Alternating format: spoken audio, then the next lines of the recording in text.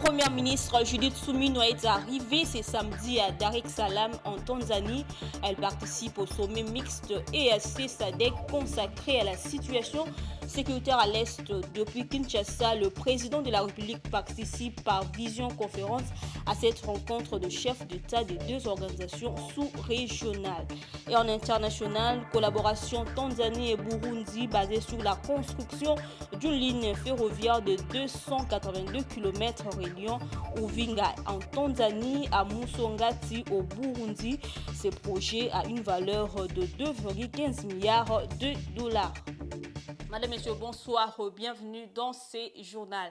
La première ministre Judith Suminwa est arrivée à Dar es Salaam, capitale de la Tanzanie, ce samedi matin 8 février. Elle participe au sommet conjoint de chefs d'État et de gouvernement de l'EAC et de la SADC, dont l'ouverture de travaux s'est déroulée ce samedi 8 février. Suivez. La première ministre de la République démocratique du Congo, Judith Suminwa est arrivée ce samedi 8 février à Dar es Salaam, en Tanzanie, où elle participe au sommet mixte de la communauté des États d'Afrique de l'Est, EAC, et de la communauté des développements de l'Afrique australe, SADC, consacré à la crise sécuritaire dans l'Est de la RDC. Un sommet qui rassemble le chef d'État et de gouvernement des deux organisations sous-régionales vise à trouver une issue à la crise sécuritaire dans l'Est de la RDC. Il intervient alors que le rebelle du M23, appuyé par l'armée rwandaise, intensifie leur offensive dans les provinces du Nord Kivu et du Sud Kivu. Le président Félix-Antoine Tshisekedi Tshilombo, qui se trouve à Kinshasa, a échangé avec ses homologues en visioconférence. La session, qui a débuté à 9h, s'est ouverte par un discours de la présidente de la Tanzanie, Samia Suluhu Hassan, hôte du sommet et présidente de l'organe des coopération en matière politique, défense et sécurité de la SADC. Des interventions de président en exercice de la SADC et du président de l'EAC, William Ruto du Kenya, sont également prévues. Kinshasa attend une résolution ferme des dirigeants de la sous-région appelant à un cessez-le-feu immédiat et au retrait des forces rwandaises du territoire congolais. Et puis le lieutenant général des forces armées de la République démocratique du Congo, Sika Bouefal, devant directeur général de l'Africaine des explosifs Afridex en sigle, a accordé une interview exclusive à Géopolis Télévision en marge de Mining Indaba qui s'est tenue du 3 au 6 février dernier à Cape Town en Afrique du Sud, au cours de laquelle il a présenté le nouveau visage de la parapublique dans le secteur minier et celui de la défense nationale. Suivons-les dans cet extrait choisi par Dieudonné Boinali. Oui, la structure actuelle de l'entreprise Afridex est très très bonne. C'est connu déjà, donc l'Afridex est connue sur le plan national, sur le plan africain et sur le plan international. Alors, cette structure, déjà, je viens juste de prendre les rênes de cette structure. Mon prédécesseur avait déjà accompli un très bon travail, un travail vraiment mémorable. Et il y a 7 projets majeurs qu'il a laissés sur la table. Je me suis appuyé sur ces 7 projets auxquels j'ai ajouté encore quelques 2 ou 3 autres projets très importants. Je pense que l'Afridex, qui était déjà sur une ligne montante, nous allons la propulser encore vers le haut.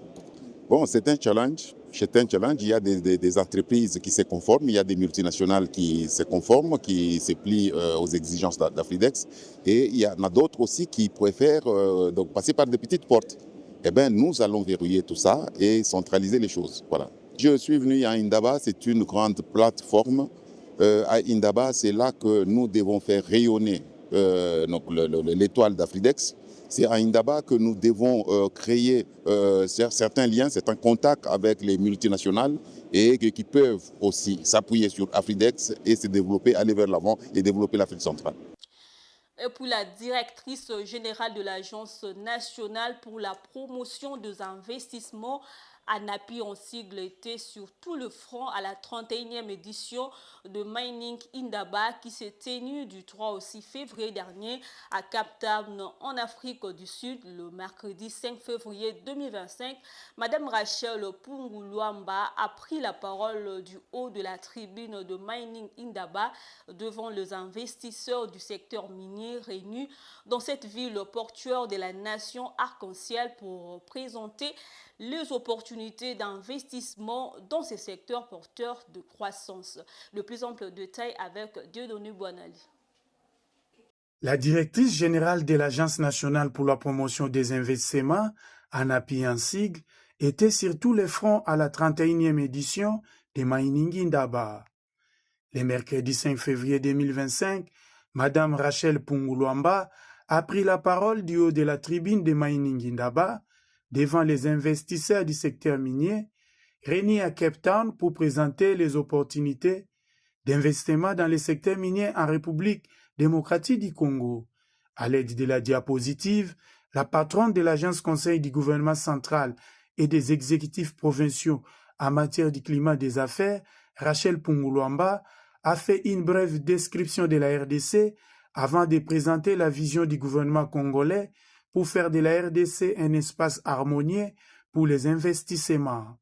Alors, pour faire du pays, de la RDC, un espace harmonieux, une vision très forte du chef de l'État, son Excellence M. Félix Antoine Tshisekedi Tshilombo, qui décline, je cite, la vision de faire de la RDC un État uni, fort, prospère et solidaire, et qui se décline en 6 piliers, notamment le 4e qui parle de la diversification de l'économie nationale.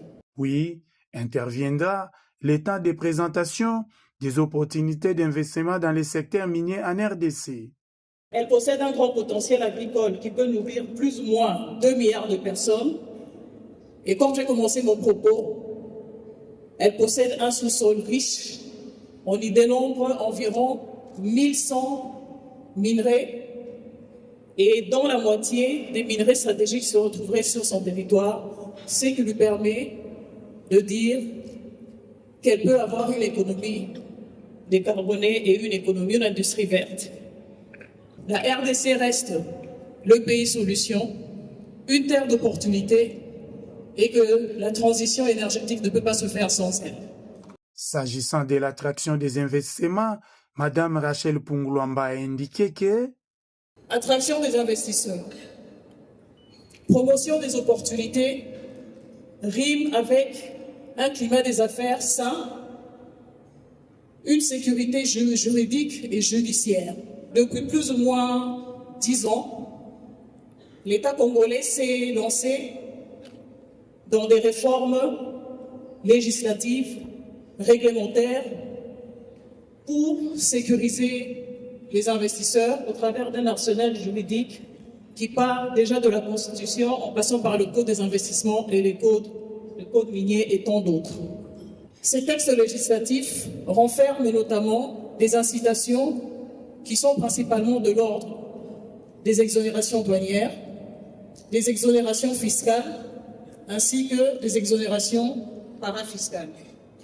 On note aussi que dans le cadre de l'amélioration du climat des affaires, qui est une question qui a été portée au sommet de l'État, les efforts qui ont été fournis tout au long de ces années ont permis d'améliorer la notation du pays auprès des agences de notation internationales comme Moody's, Standard & Poor's, Bloomfield, et qui a également contribué à ce qu'il y ait l'approbation par le Conseil d'administration du Fonds monétaire international en janvier dernier, par la signature d'un contrat de 2,9 milliards de dollars.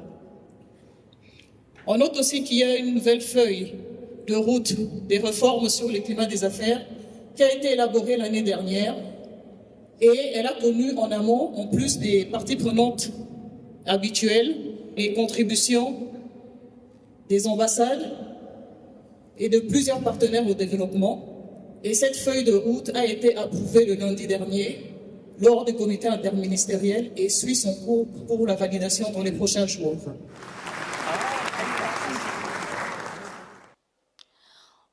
puis, au courant de cette année, le ministère du Plan et de la coordination de l'aide au développement, avec l'accompagnement et l'implication de l'Agence nationale pour la promotion des investissements, ANAPI en sigle, compte organiser à Kinshasa la conférence des investisseurs et de bailleurs de fonds, annonce faite par sa haute direction en marge de Mining Indaba.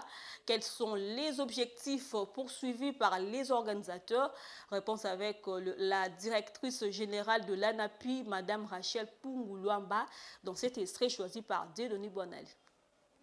Je profite de cette occasion pour informer que dans le courant de cette année, il y a une conférence qui sera organisée, plus précisément la conférence des investisseurs et des bailleurs de fonds, organisée par le ministère du Plan et de la coordination de l'aide au développement, avec l'implication de l'ANAPI. Alors, cette conférence aura deux volets principaux. D'abord, la promotion des investissements et des opportunités de la RDC. Et le deuxième volet porte sur le financement des activités reprises comme prioritaires au niveau du plan national stratégique de développement. Ce financement pourra passer à travers des partenariats publics-privés. Et voilà le message que je voulais passer. Nous enverrons les informations utiles en temps opportun à tous. Merci. Et puis, dans le cadre d'un suivi régulier de travaux d'infrastructure au Kasaï central, Rémi Kankou, chargé des missions du chef de l'État pour le Grand Kasaï, a effectué une visite d'inspection à Kananga. Le point sur cette visite avec Francine Moukeba. Cette mission visait à évaluer l'avancement des projets financés par les trésors publics et à s'assurer que les engagements pris par les présidents Félix Tshisekedi envers la population du centre Kasaï soient bien respectés. Ce dernier a exprimé son engagement indéfectible envers l'achèvement des chantiers en cours, soulignant l'importance cruciale de ces infrastructures pour les développements économiques et sociaux de la province. Je crois jusque maintenant, après avoir fait presque sillonner partout dans la ville de Kananga pour voir les travaux exécutés par Safrimex sous la direction de BSECO, je peux dire que tout se passe très bien, surtout la mobilisation de la société Safrimex. Je pense d'ici là, les Kanangais et les Kanangaises vont au moins sourire. M. Kankou a salué les efforts du Bureau central de coordination et l'entreprise Safrimex. Il a affirmé que sa mission vise à renforcer les initiatives déjà en place tout en encourageant l'accélération de la réalisation des projets étant donné leur pertinence pour le bien-être des centres kassaïens. Madame, Messieurs, faisons place maintenant à la page internationale.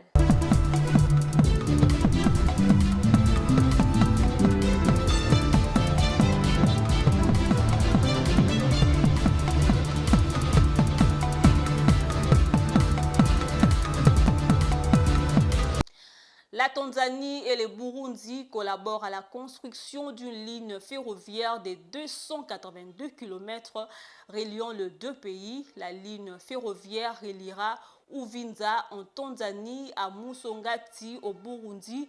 Le projet, d'une valeur de 2,15 milliards de dollars, devrait permettre de réduire considérablement le coût des transports et d'accroître les échanges commerciaux entre les deux pays. Financé par la Banque africaine de développement, la ligne ferroviaire sera achevée en 6 ans. Suivez.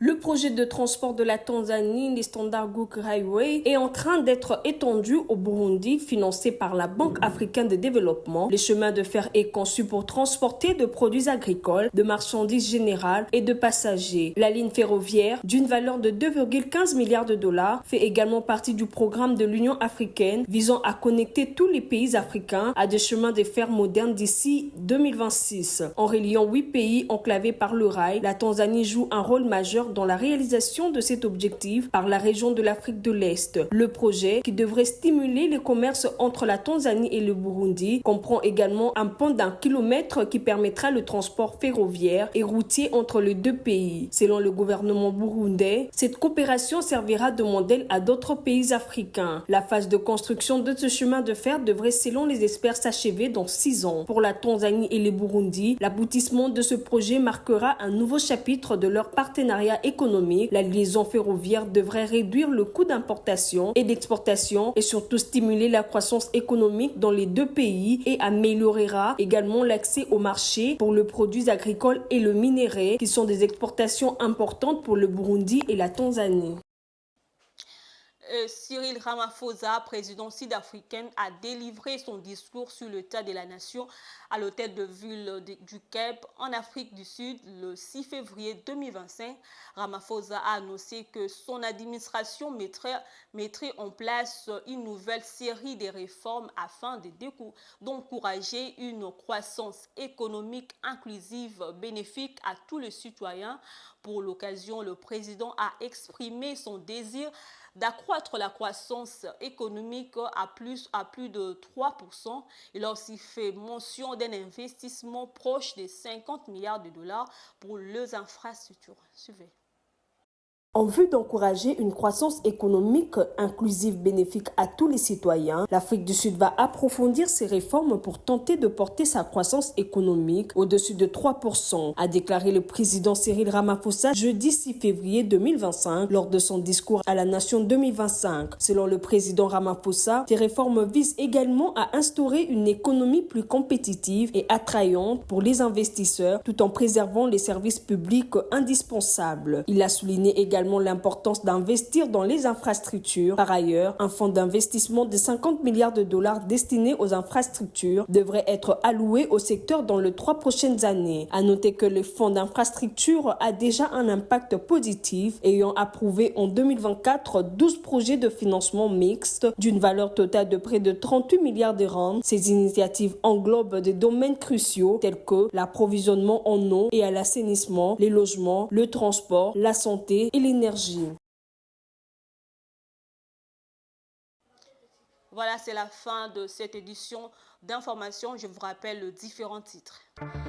La première ministre Judith Suminwa est arrivée ce samedi à Dar es Salaam en Tanzanie où elle participe au sommet mixte EAC-SADC consacré à la situation sécuritaire à l'est de la RDC. Depuis Kinshasa, le président de la République participe par visioconférence à cette rencontre de chefs d'État des deux organisations sous-régionales. Et en international, vous avez suivi dans ce journal collaboration Tanzanie et Burundi basée sur la construction d'une ligne ferroviaire de 282 km reliant Uvinza en Tanzanie à Musongati au Burundi. Ce projet a une valeur de 2,15 milliards de dollars. Voilà, c'est tout pour ce soir. Madame, Messieurs, merci à vous de l'avoir suivi. Au revoir.